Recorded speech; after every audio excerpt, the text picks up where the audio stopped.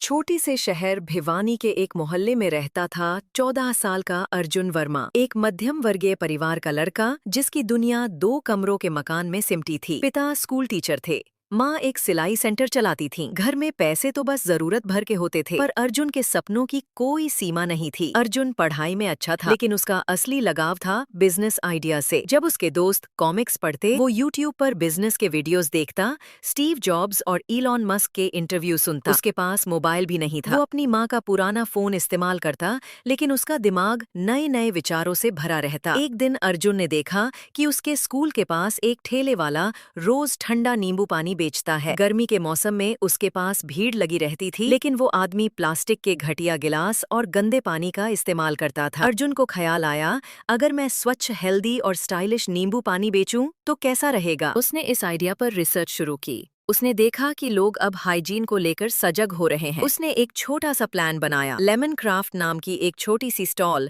जहां वो फिल्टर पानी, गुड क्वालिटी ग्लास और 2-3 फ्लेवर वाले नींबू पानी बेचेगा। जब अर्जुन ने ये आइडिया अपने माता पिता को बताया, माँ मुस्कुराई, लेकिन पिता चिंतित हुए। बेटा, ये करने की उम्र नहीं है, पढ़ाई पर ध्यान दो, लोग क्या कहेंगे। मास्टर जी का बेटा ठेले पर नींबू पानी बेच रहा है। पर अर्जुन का जवाब था, पापा, अगर छोटा शुरू नहीं करूंगा तो बड़ा कब बनूंगा। धीरे धीरे माँ पापा मान गए, लेकिन असली चुनौती थी पैसों की। अर्जुन ने अपने बचाए हुए 800 रुपए निकाले, माँ ने कुछ कपड़े सीकर 1200 और दिए। कुल 2000 रुपए में उसने नींबू, पुदीना, चीनी, मिट्टी के कुल्हड़ और एक छोटा सा बैनर खरीदा, लेमन क्राफ्ट, पियो ताजगी, जियो से। स्कूल की छुट्टियों में अर्जुन ने अपने घर के बाहर एक छोटी सी स्टॉल लगाई। सफेद शर्ट, साफ एप्रन, मुस्कान के साथ वो खड़ा हो गया। पहले दिन 2 ही ग्राहक आए, एक पड़ोसी और दूसरा एक राहगीर। पर अर्जुन ने हार नहीं मानी। हर ग्राहक से फीडबैक लिया, साफ सफाई का पूरा ध्यान रखा। अगले दिन उसने इंस्टाग्राम पर एक छोटा सा वीडियो डाला, 14 साल का एंटरप्रेन्योर, लेमन क्राफ्ट। अर्जुन का वीडियो एक लोकल पेज पर वायरल हो गया, 14 साल का लड़का जो गर्मियों में बिजनेस सीख रहा है। इस हेडलाइन ने सबका ध्यान खींचा। अगले हफ्ते उसके स्टॉल पर भीड़ लगने लगी। कुछ लोग सेल्फी लेने आते, कुछ सिर्फ उसकी हिम्मत की तारीफ करने। एक लोकल अखबार ने उस पर स्टोरी की। अगले ही महीने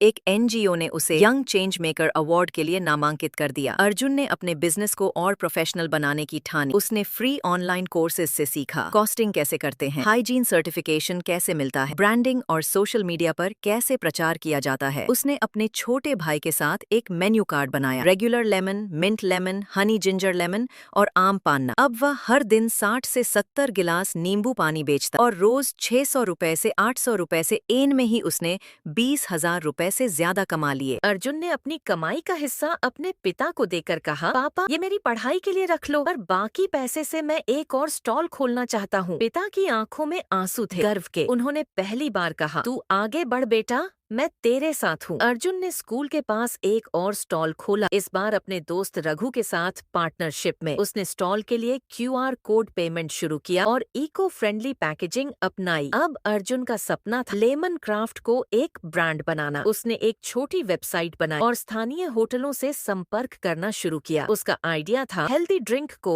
पारंपरिक स्वाद प्लस आधुनिक स्टाइल के साथ पेश करना। एक दिन एक इन्वेस्टर ने उससे संपर्क किया, जो उसके वीडियो के जरिए पहुंचा था। उन्होंने उससे पूछा, तुम्हारे पास विजन क्या है? अर्जुन ने कहा, मुझे इंडिया का पहला देसी ड्रिंक ब्रांड बनाना है, जो एक 14 साल के लड़के ने शुरू किया हो। अर्जुन की कहानी अब TEDx से लेकर YouTube तक छा चुकी थी। उसने ये साबित कर दिया कि उम्र कोई सीमा नहीं होती, बड़ा करने के लिए छोटा शुरू करना पड़ता है, और अगर जुनून सच्चा हो तो रास्ते खुद बन जाते हैं। उसने अपने स्कूल में बच्चों के लिए एक सेशन रखा, बिजनेस एट 14, जहां उसने अपने जैसे बच्चों को बताया कि कैसे वे भी अपनी उम्र में कुछ क्रिएटिव शुरू कर सकते हैं। अर्जुन अब भी स्कूल जाता है, लेकिन साथ साथ अपने सपने पर भी काम कर रहा है। उसने जो शुरू किया वो सिर्फ एक स्टॉल नहीं था, वो एक माइंडसेट था। अगर सोच सही हो तो उम्र नहीं, सिर्फ हिम्मत मायने रखती है।